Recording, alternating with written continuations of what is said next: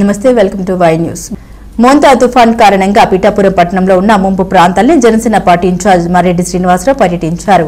ఈ సందర్భంగా మర్రెడ్డి శ్రీనివాసరావు మాట్లాడారు. జనసేన పార్టీ అధినేత పవన్ కళ్యాణ్ ఆదేశాల మేరకు ఎటువంటి ప్రాణ నష్టం కలగకుండా ఇటువంటి విపత్తును ఎదుర్కొన్నామని, పిఠాపురంలో పలు ప్రాంతాల్లో రాయవరం, గొల్లప్రోలు దగ్గర గల గోరికండి వంటి ప్రాంతాల్లో పర్యటించామని, పిఠాపురం పట్టణంలో ఎంతవరకు పంట నష్టం జరిగింది, ఏ ప్రాంతాలు నీట మునిగాయో ఆ ప్రాంతాన్ని పరిశీలించి వారికి అందజేయవలసిన నష్టపరిహారాన్ని అంచనా వేసి త్వరలోనే వాళ్లకు అందజేయడం జరుగుతుందని తెలిపారు. అనంతరం ఏలూరు ప్రాజెక్టు వైస్ చైర్మన్ ఊట రామకృష్ణ మాట్లాడారు. పవన్ కళ్యాణ్ ఎప్పటికప్పుడు అన్ని పరిస్థితుల్ని పర్యవేక్షిస్తున్నారన్నారు. ఈ కార్యక్రమంలో Godavari eastern delta project committee chairman Morala Shetty Sunil, నీటిపారుదల శాఖ ఊట రామకృష్ణ, జనసేన నాయకులు, వీర మహిళలు, జన సైనికులు తదితరులు పాల్గొన్నారు.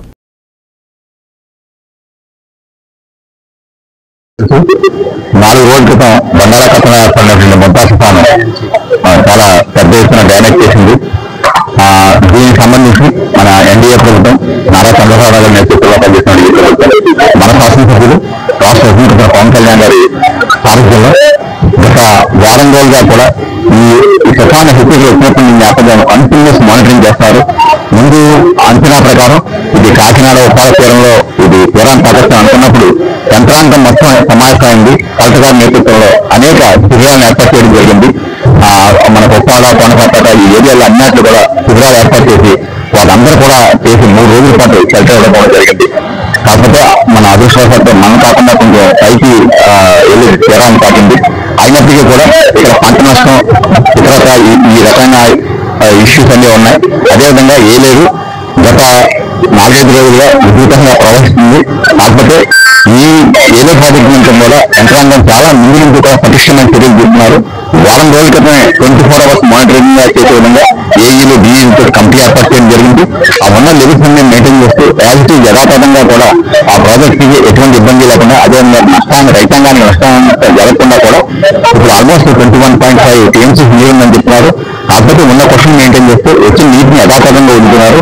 ఇప్పటికే నిన్నటి కంటే ఈ రోజు ఆల్మోస్ట్ 2-3 అడుగులు నీరు తగ్గింది. నా ఉద్దేశంలో అదే కాకుండా మళ్ళీ ఇంకొక తుఫాను హెచ్చరిక కూడా ఉంది. 4వ తారీఖున మనకు వాయుగుండం ఏర్పడే నీరు ఇచ్చా కూడా యంత్రాంగం అంతా కూడా అర్థమవుతుంది. అదే కాకుండా ఇప్పటి వరకు జరిగిన పంట నష్టం ఎన్యూమరేషన్ జరుగుతుంది. 4,000 ఎకరాల పైబడి పిఠాపురం నియోజకవర్గంలో ఈ నీటి మునిగింగ్ కావచ్చు, ఫలితాన్ని చేయడానికి నమోదు చేయడం జరిగింది. అదేవిధంగా పరిస్థితి జరిగిన కూడా నమోదు జరుగుతుంది. ఉద్యానవనాలకు ఏ రకమైన నష్టం కూడా అన్ని కూడా కరెక్ట్గా అంచనా చేయమని మన ఉప ముఖ్యమంత్రి పవన్ కళ్యాణ్ గారు ఆదేశించున్నారు. యంత్రాంగం తదనుగుణంగా చేస్తుంది. ఎవరు కూడా అందరం చేయడం పని లేదు. ఎవరికైతే నష్టం జరిగిందో వారందరినీ కూడా నమోదు చేయడం జరుగుతుంది. ఆ ప్రక్రియ ఇవాళ కూడా కొనసాగుతుంది.